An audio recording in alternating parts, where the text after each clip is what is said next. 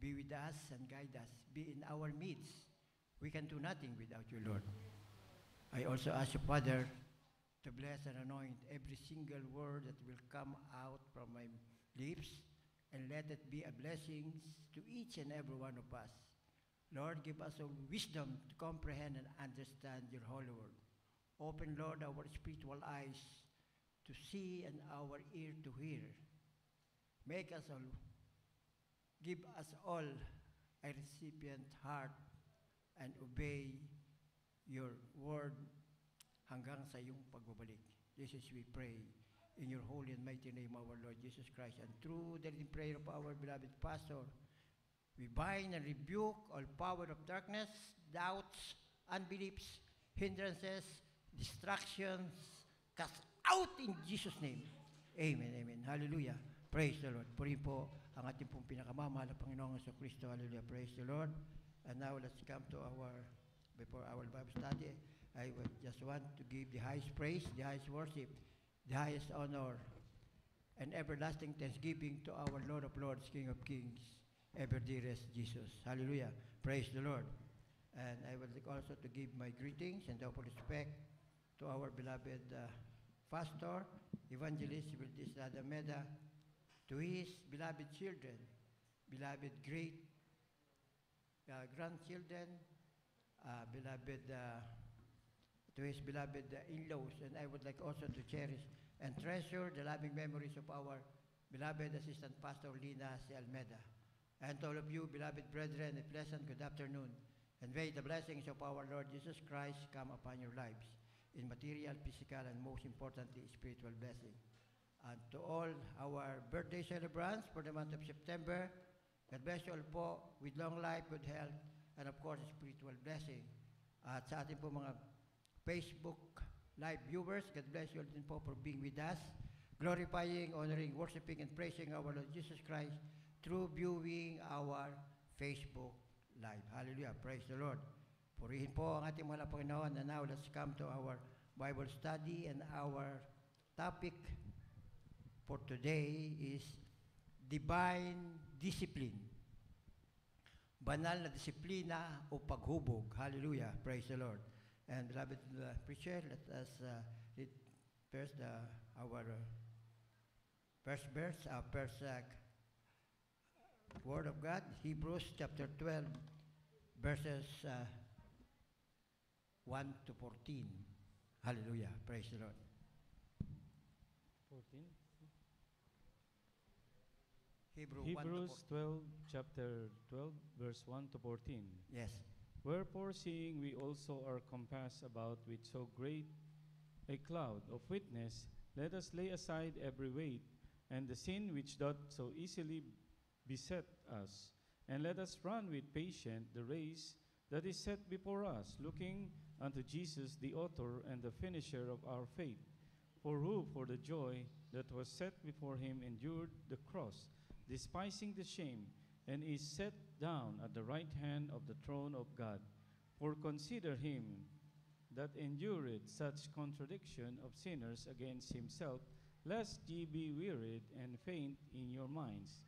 Ye have not yet resisted unto blood, striving against sins, and ye have forgotten the exhortation which speaketh unto you as unto children. My son, despise not thou the chastening of the Lord, nor faint when thou art rebuked of him.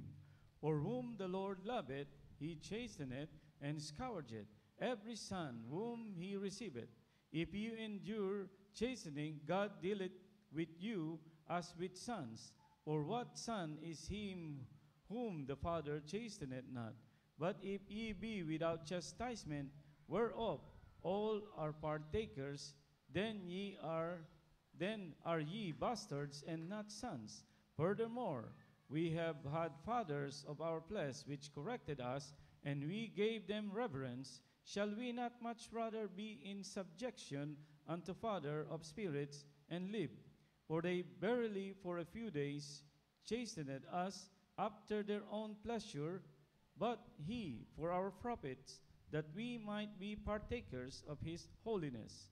Now the chastening to be present seemeth to be joyous, but grievous. Nevertheless, afterward it yielded the peaceable fruit of righteousness unto them which are exercised thereby. Wherefore lift up the hands which hang down, and the feeble knees, and make straight paths of your feet, lest that which is lame be turned out of the way, but let it rather be healed. Follow peace with all men and holiness, without which no man shall see the Lord. Amen. Amen. Sa Tagalog po.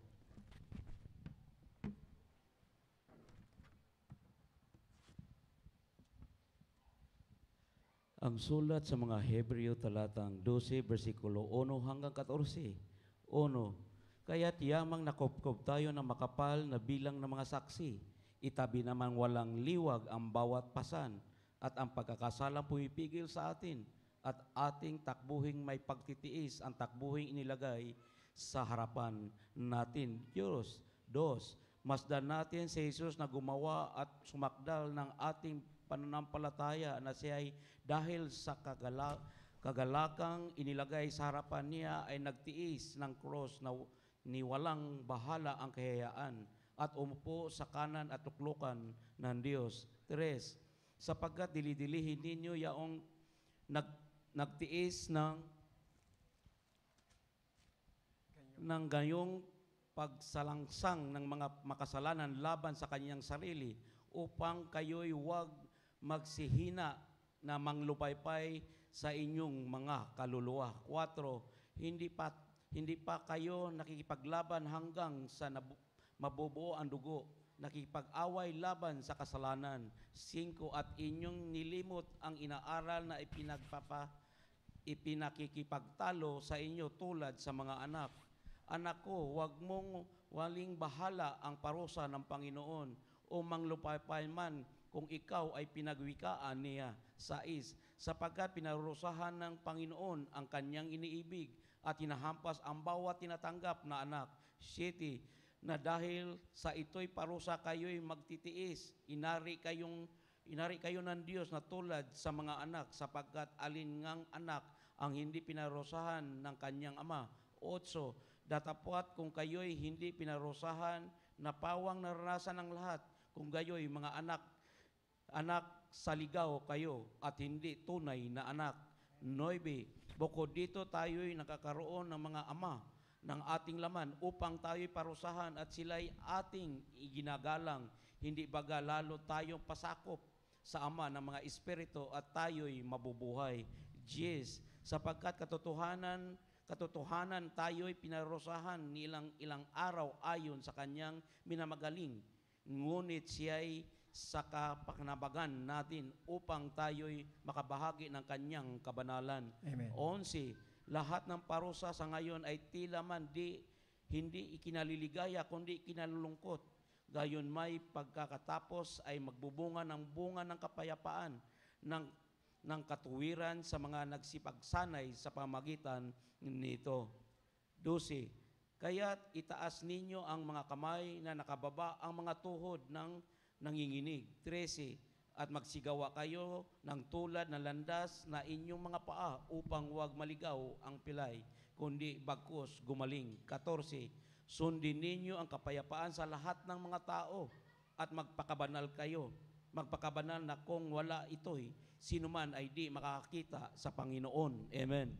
Amen. Purihin po ang banal na salita ng ating malapanahon. God bless you po, beloved preacher, for reading the Holy Word, our loving God. Hallelujah, praise the Lord. Bigyan po natin ng isang malakas na palakpak po ang ating pong pinakamamahal na Panginoong Kristo. Hallelujah, praise the Lord. Na dapat natin maunawaan ang mga talata nating nabasa at ito po ay sa lahat para sa atin. Hallelujah, praise the Lord.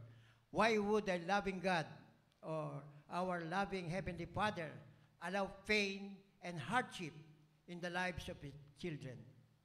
Should not a good God rescue us from suffering?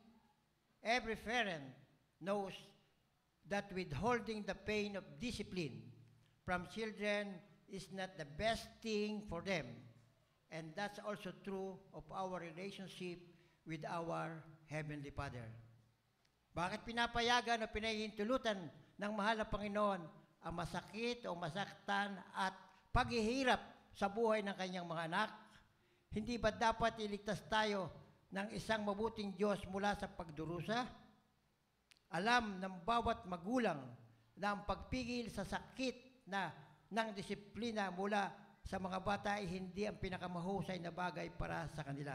At totoo rin yan sa ating kaugnayan sa ating mahal na Panginoon sa langit na walang iba kundi ating pinakamamahal na Panginoong Jesucristo. Hallelujah. Praise the Lord.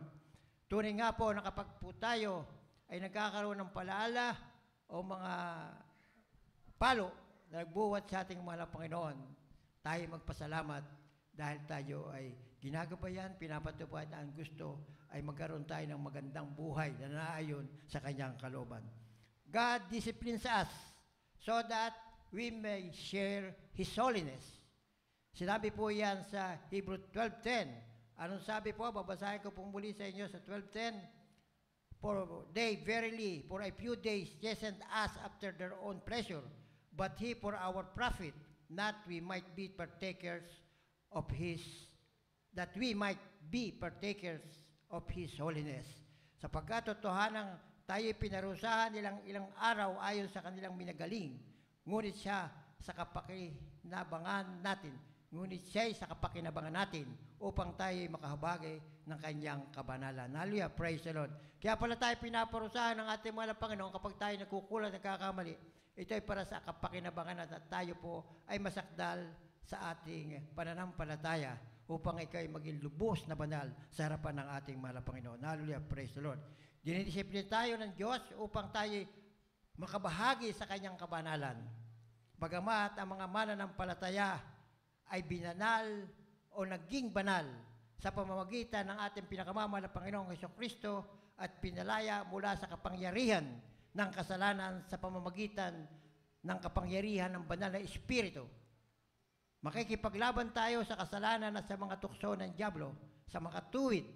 Sinasanay tayo ng ating pinakamamahal ang makapangyarihan Diyos na kilalanin ang kasalanan sa ating buhay, labanan ang mga tukso at itaguyod ang kabanalan.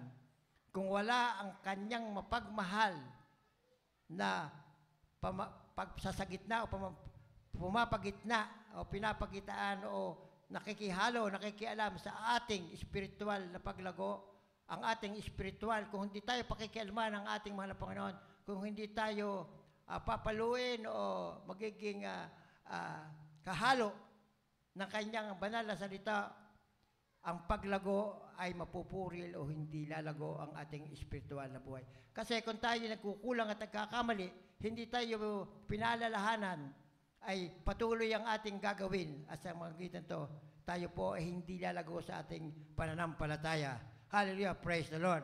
At ang sabi nga sa banal na kasulatan, kapag hindi mo nagagawa ang kalooban ng ating mahal na Panginoon, kapag hindi mo isinasabuhay ang kanyang salita, at sa halip na isabuhay mo, ikaw ay nagkakamali, patuloy ang pagkakamali mo, ang pagkakasala.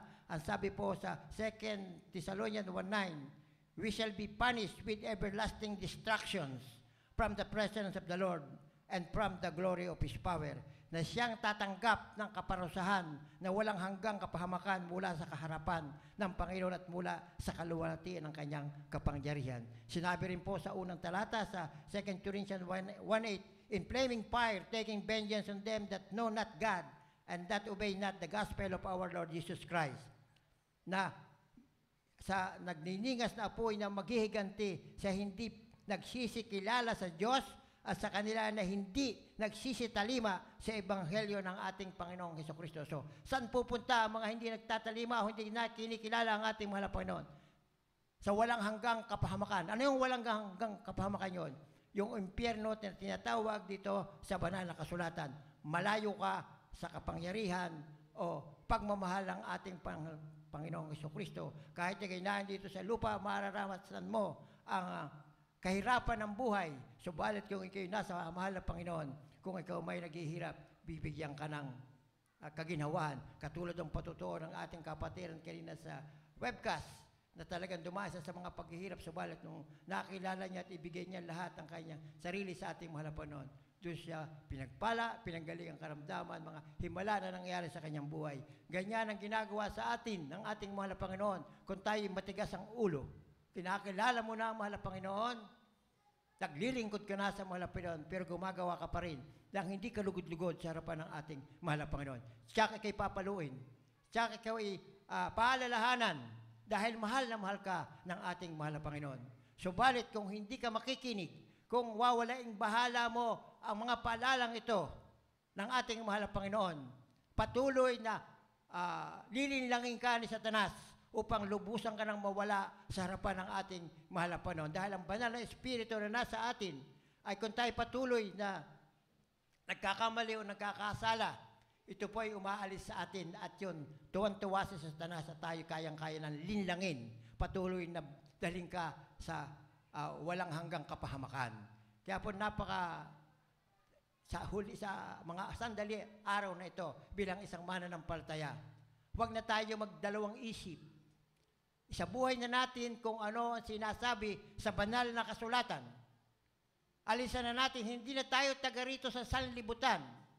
Tayo ay pag-aari na ng ating mahal na Panginoon at ang nais niya tayo makasama mula ngayon hanggang sa dulo sa buhay na walang hanggan kung tayo po ay tatalima at susunod, isabubuhay ang kanyang banal na salita. Kung tayo po ay may palaw, may palala, thank you Lord, dahil mahal ka, ikaw ay anak pala ng ating mahal na Panginoon. So, palit, kung wala kang palo, kahit anong gawin mong pagkakamali, ay hindi kanya anak. Ang sabi sa banal na kasulatan, anak ka sa ligaw. Hallelujah. Praise the Lord. Kaya po napakahalaga po na tayo po ang ating buhay ay iaayon natin sa banal na salita ng ating mahal. At yung ikaw ay nagkamali at nagkasala, napakabait ng ating mahal na Panginoon. Humingi ka lamang ng tawad, panunghan mo ang iyong nagawang pagkukulang at pagkakamali. At humingi ka ng tawad sa ating mahal na Panginoon. At ikay magsisi, ikay muling patatawarin. Huwag mo na lamang pong gagawin. Dahil ang nagsisisi sa ginawa niyang pagkukulang at pagkakamali, ay hindi na binabalikan yung pagkakamaling iyon. Kasi unang-una, nasa sa iyo ang mahal na Panginoon, gagabayan ka at papatnubayan. Dahil pag ikay magkakamali pa lamang, meron agad palaala sa iyo. Hindi patutuloy dahil mahal na mahal ka ng ating mahal na Panginoon. Katulad din yan ng ating magulang sa laman. Kapag nakikita tayo na medyo may gagawing hindi tama, pinaalan na, ay, huwag mong gagawin yan. Pag ginawa mong ganyan, ito mangyayari sa iyo. Ano mangyayari? It's either sa mga maliliit na bata ay patient the wall o di kaya makakaramdam ka ng palo sa ating mga magulang. Hallelujah, praise the Lord. Kaya po, napakahalaga sa atin bilang isang mananampalataya na tayo po ay sumusunod sa utos, sa salita ng ating mahal na Panginoon. Sometimes God's disciplines can be painful, just as a spanking is to a child. But what matters most is how we respond. When our father's correcting hand falls on a certain area of our life, we need to address the situation and make needed changes in order to mature in the faith. The respond defiantly will only make things worse. Kapag tayo po ay tumugon na may panglilinglang o pandaraya, ay ito lamang po magpapalala lamang ng mga bagay o sitwasyon. Kung ikay magaling maggawa ng alibay, ay hindi man ako nagkasala, pinagtatanggol mo ang sarili mo, na alam mo namang may kasalanan, ay siya. Lalo kang palalalain mo ang sitwasyon sa iyong buhay. Dapat, kung ikay nagkamali, panuhan mo ang iyong pagkakamali at hingin mo ng tawad. Hallelujah, praise God. Ano sabi ito sa katapusan talata na binasa natin sa Hebrews 12:1-14? Ang sabi po dito, follow peace with all man and holiness, without which no man shall see the Lord.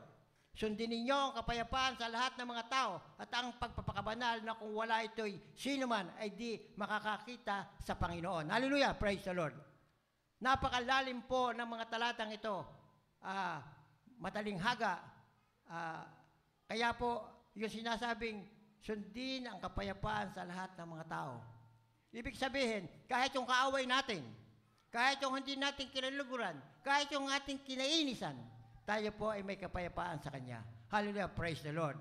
Kung tayo naiinis, kung tayo nagagalit, hingin mo ang tulong ng ating mahal na Panginoon, tanggalin ang galit o hinakit sa mo dahil ang sabi ng mahal na Panginoon, kung ikaw ay may galit at hindi ka meron kang hindi kasundo, sabi doon sa pagtatek mo ng Holy Supper, iwanan mo muna at ikaw'y bumalik at makipagkasundo ka. Hindi nais ng mahal na Panginoon na kinalapit sa kanyang harapan dahil kayo may sama ng loob sa iyong puso at sa iyong isipan. Kinakailangan ang may pagmamahal ka. Unang-una, ikaw ay banal na espiritu, ibig sabihin, kaya mong gawin yon.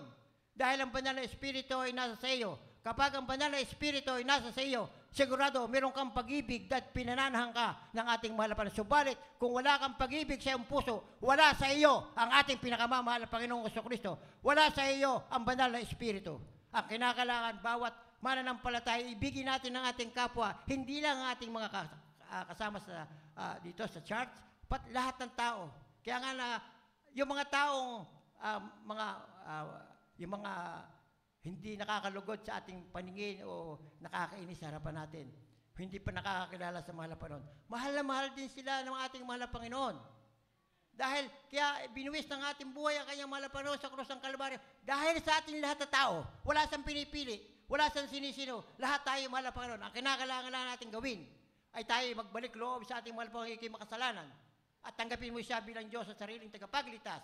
At napakasarap pa, bibigyan ka pa ng banal na espiritu para magabayan ka at mapatunayan, maunawaan mo at maintindihan ang sinasabi sa banal na kasulatan. Kaya kinakailangan ng banal na kasulatan ay lagi natin babasahin, maging habit natin sa araw-araw na tayo magbabasa ng Biblia.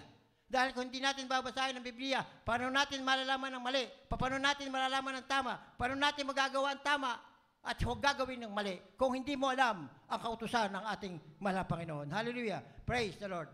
Purihin po ang ating pong The Bible wants us not to take God's discipline lightly by refusing to repent of sin or ignoring what He is trying to teach us.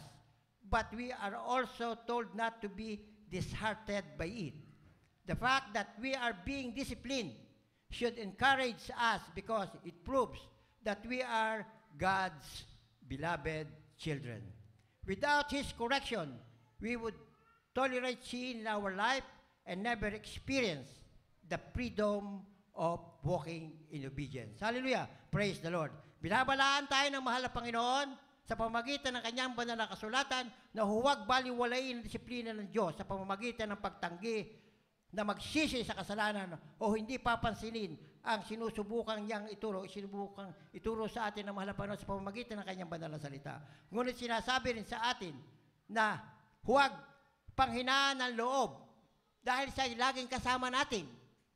Lagi natin kasama ang ating mahal na Panginoon kapag tayo po ay nabubuhay po niya, ibuhay po natin ang kanyang banal na salita. Ang katotohanan na tayo dinidisiplina ay dapat magpasigla sa atin dahil ito ay nagpapatunay na tayo ay minamahal na mga anak ng Diyos. Hallelujah! Praise the Lord! Kung wala ang kanyang pagtutuwid, hahayaan natin ang kasalanan o ang magkasala sa ating buhay ay hindi natin mararanasan ang kalayaang lumakad sa pagsunod. Hallelujah! Praise the Lord! Kaya po, isang simple ang itinuturo sa atin, pero maraming hirap gawin dahil tayo nadadala ng sanlibutan.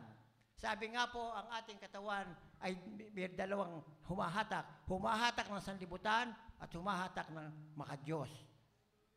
Kaya naglalaban, nagtatalo, tayo nasa laman pa, tayo nasa sanlibutan.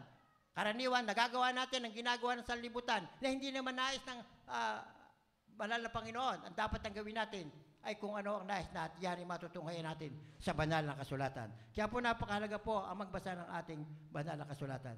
How to avoid God's discipline. Paano may iwasan ang disiplina ng Diyos. Basahin po natin ang 1 Corinthians chapter 11 verses 27 to 32.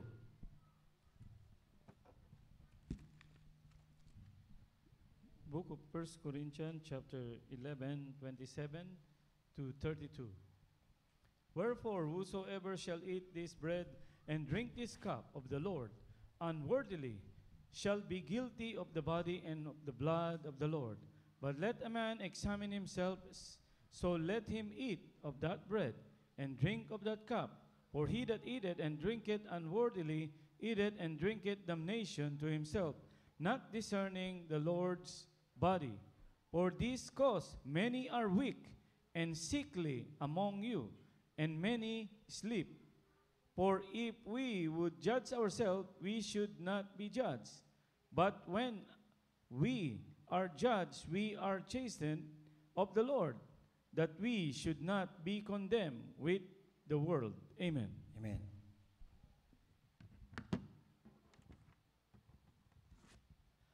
Ang unang sulat ni Apostol Pablo sa mga taga-Korinto, talatang 11, versikulo 27 hanggang 32. 27. Kaya't ang sino mang kumain ng tinapay o uminom sa saro ng Panginoon na di nararapat ay nakakasala sa katawan at dugo ng Panginoon. 28. Datapwat siyasatin ng tao ang kanyang sarili at saka kumain ng tinapay at uminom sa saro. 29. Sapagkat ang kumakain at umiinom ay kumakain at umiinom ng hatol sa kanyang sarili, kung hindi niya kinikilala ang katawan ng Panginoon. 30. Dahil dito'y marami sa inyo ang may hina at mga masasakitin, at hindi kakaunti at nangatutulog. 32 at 31. Datapwat kung ang ating kilalanin ang ating sarili ay hindi tayo hahatulan.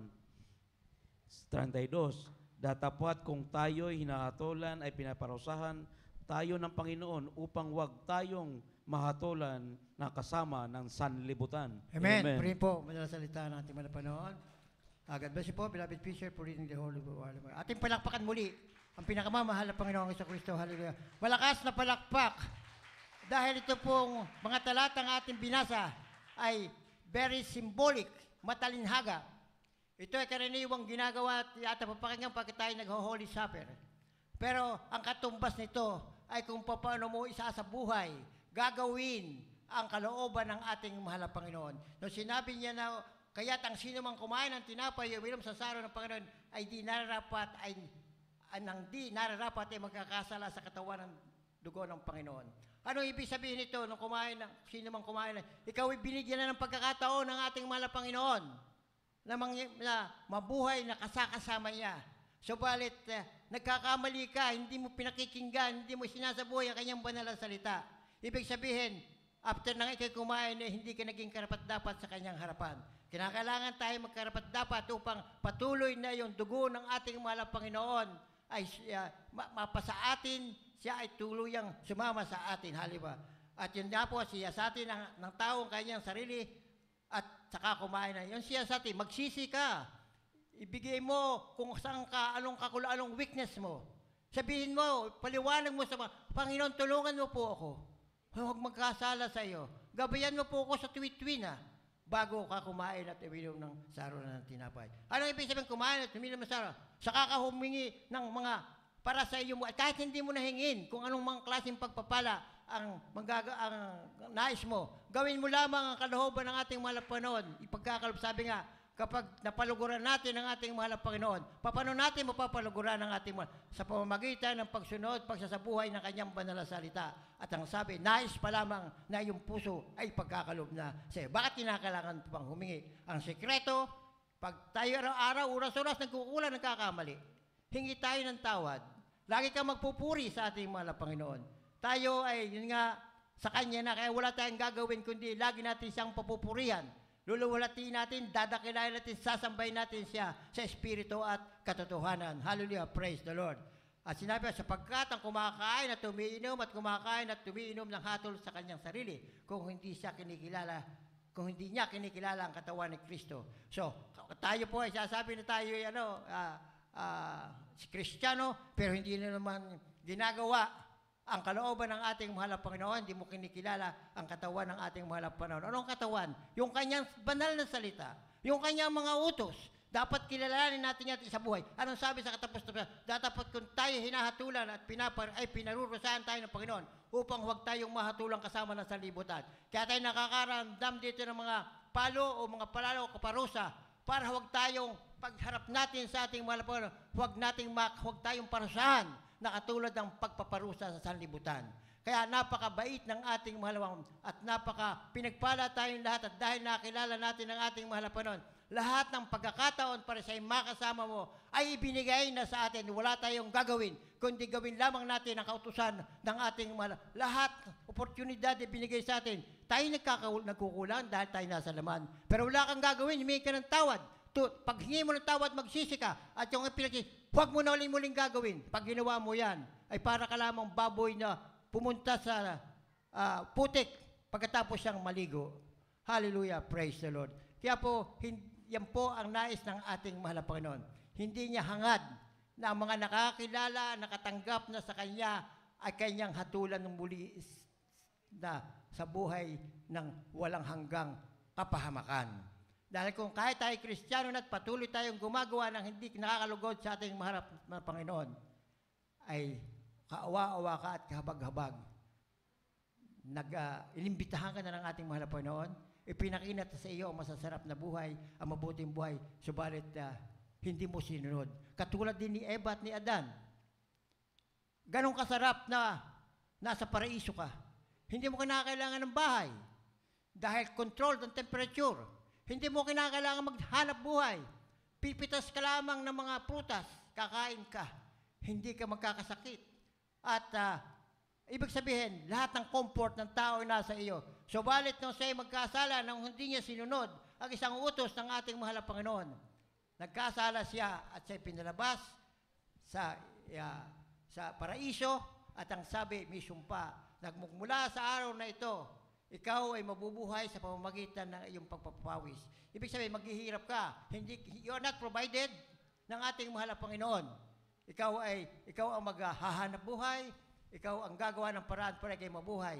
At yung nga pati mga babae, kinapag ikay naganak ay makakaramdam ka ng sakit pag ikay nagsilang. Hallelujah. Ganyan ang natanggap ng mga tao simula na magkasala si Eva at si Adan.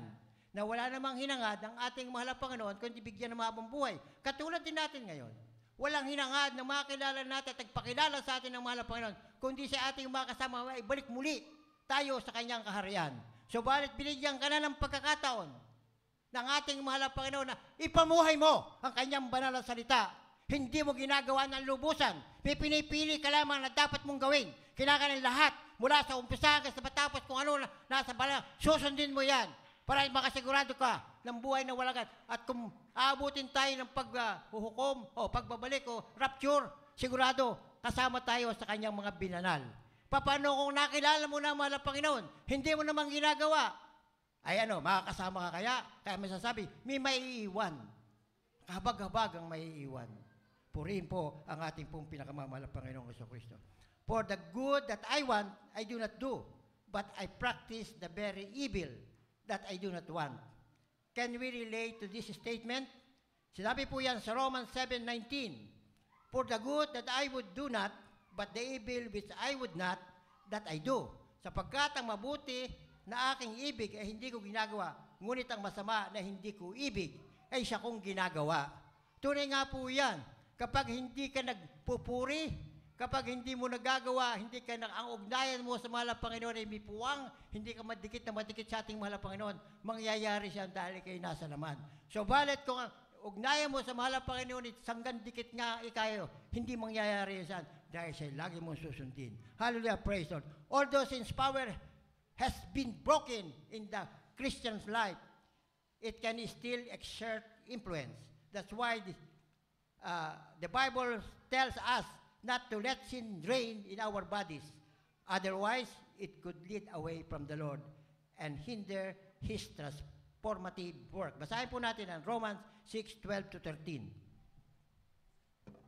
From the book of Romans, chapter 6, verse 12-13. Let not sin therefore reign in your mortal body, that he should obey it in the lust thereof. Neither yield ye your members as instrument of unrighteousness unto sin, but yield yourselves unto God, and as those that are alive from the dead, and your members as instrument of righteousness unto God. For sin shall not have dominion over you, for ye are not under the law, but under the grace. What then? Shall we sin because we are not under the law, but under grace God forbid. Amen.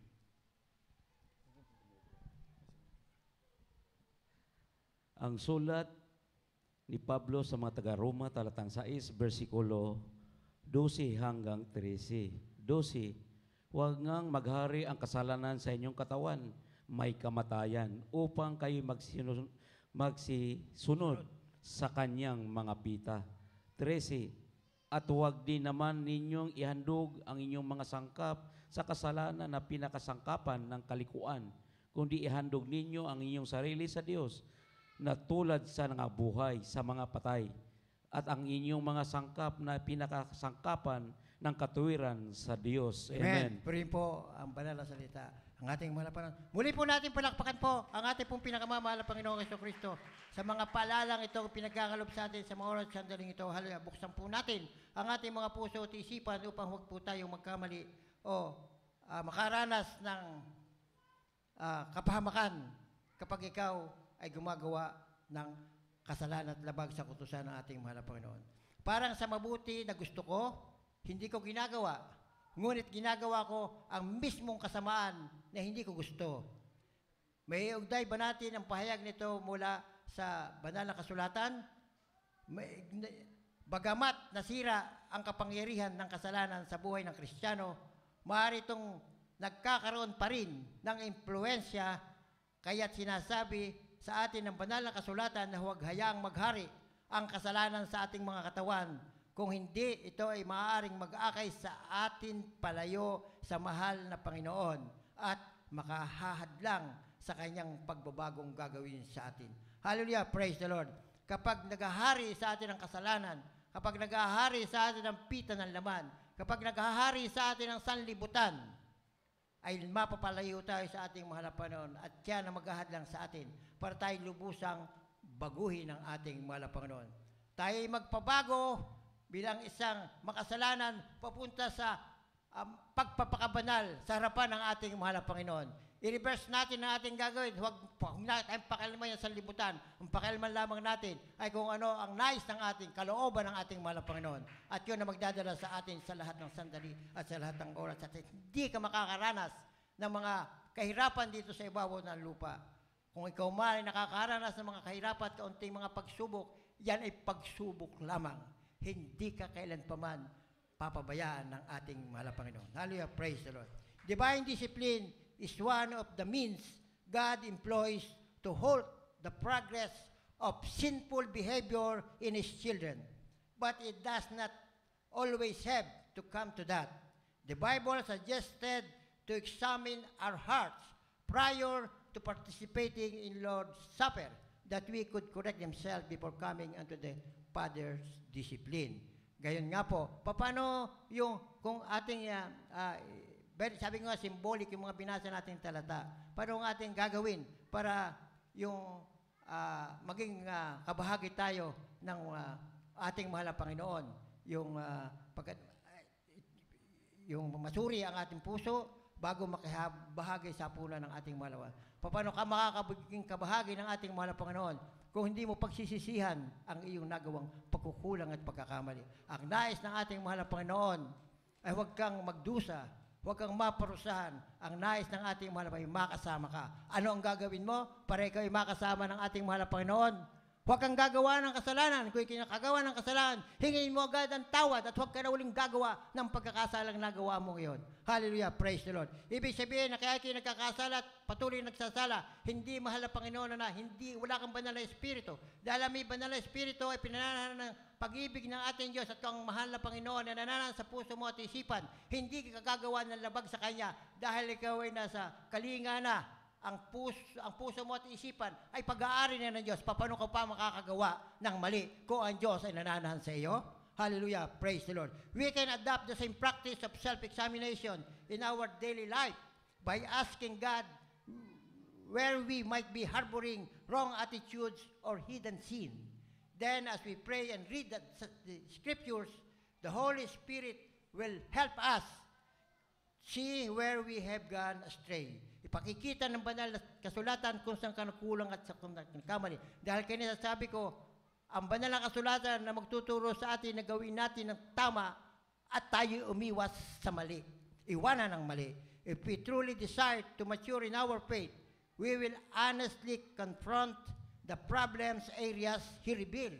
Mismo ang banal na kasulatan magre-reveal ng iyong mga pagkukulang at pagkakamali.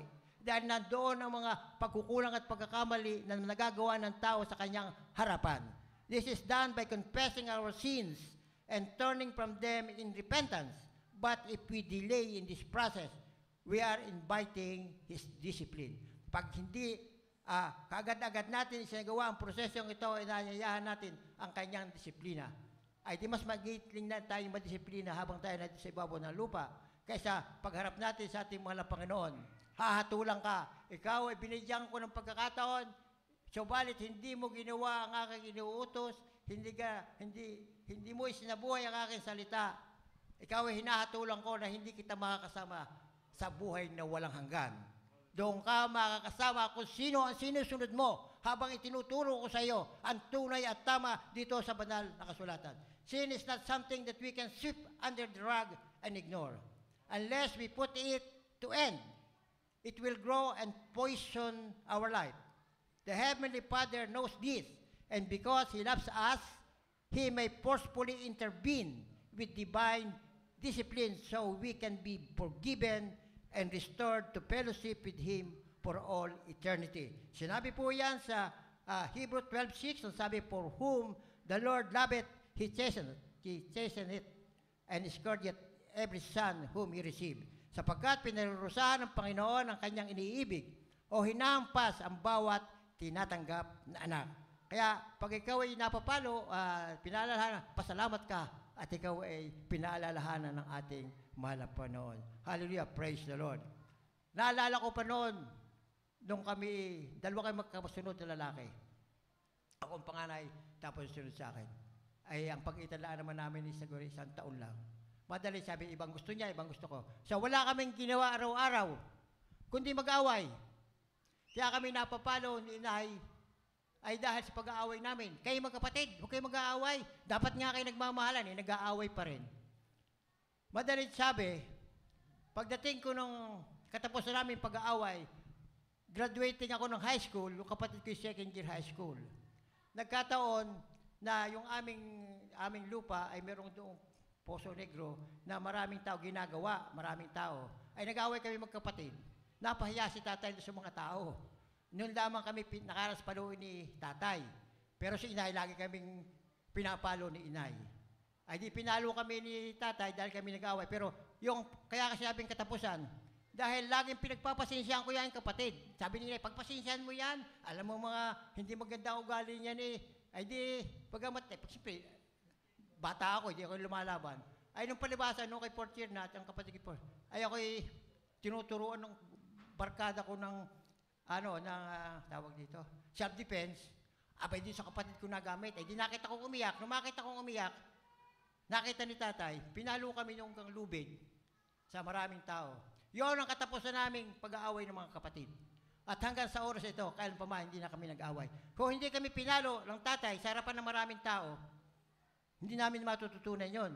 Napahiya ako, binata na ako 4th year high school, yung mga kapatid ko isang taon, second year high school. Malalaki na kami, hindi na kami dapat nga pagka kami mag-aaway, kami magkakampi, ay hindi, lagi kami nag-aaway. Pero salamat sa mahal na Panginoon, ang masakit na palo ni tatay, ang nagwala sa amin para kami muling mag-away muli hanggang sa oras ito. Hallelujah, praise the Lord. Ang kasalanan ay isang bagay na maaari nating walisin sa ilalim ng alpumbra at huwag pansinin. Para gayong ipigay nakakita ng dumi, ilalagay mo lang sa isang sulok, pa hindi po pwede kinakailangan tanggalin mo yun doon. Alisin mo, yung dumang yung sa loob ng bahay mo, kung ano mang basura yon. Hallelujah. Maliban kung iwaksin natin, ito itapon, lalago ito at lason sa ating buhay. Kaya kinakailangan itapon natin lahat ng ating mga pagkukulang, pagkakamali, pagkakasat. Yan ang lalason sa ating buhay spiritual at hindi lang sa buhay spiritual, kaya sa buhay natin sa sanlibutan. Alam ito na makalangit na awa at na Ama, at dahil sa ang nabubuhay sa atin, maaari siyang mapilit na makialam sa banal na disiplina upang tayo paranasin ng banal na parusa upang tayo ay mapatawad at maibalik ang kanyang piling sa buong kawalang hanggang pagpapala. Hallelujah, praise the Lord. Kaya po napakahalaga na tayo po ay tatalima at susunod sa ating mahal na Panginoon. Purihin po ang ating mahal na Panginoon at sana po tayo po ay minaunawa at minaintindihan. Inilagay ko po yung first Thessalonian, did I put it? 1 Thessalonians 1:8, sabi, nabasa ko na naman po kanina, na yung pong kahihinat na natin kapag tayo po ay hindi sumunod sa kahabagan ng ating, o hindi natin kinilala ang ating mahal na Panginoon. Kapag hindi tayo nagsitalima sa ating mahal na Panginoong Jesucristo at hindi tayo nagsitalima sa Ebanghelyo, ay tatanggap ng kaparusahan ng walang hanggang kapahamakan mula sa harapan ng ating Panginoon at mula sa kaluwalhatian ng kanyang kapangyarihan. Hallelujah. Praise the Lord. We are serving a powerful God. Alam niya ang nangyayari sa ating mga buhay. Hallelujah. Praise the Lord. Tayo po umawit isang makalangit na awitin bago po sa atin pong panalangin po sa ating pong mga pangangailangan. Hallelujah. Praise the Lord. Purihin po ang ating mga Panginoon. Patuloy nating damhin ang matamis at banal na presensya ng ating pinakamamahal na Panginoon na kanina pang ibinubuhos sa ating kalagitnaan. Concentrate po natin ang ating pagpupuri sa ating mahal na Panginoon pag-awit upang maramdaman muli natin lahat ang kanyang matamis at banal na presensya na pinupuspos po tayo, sinasakdal tayo ng ating mga pinakikita kung gaano tayo kaibig ng ating mahal na Panginoon. Hallelujah. Praise the Lord. Purihin po ang ating mahal na Panginoon.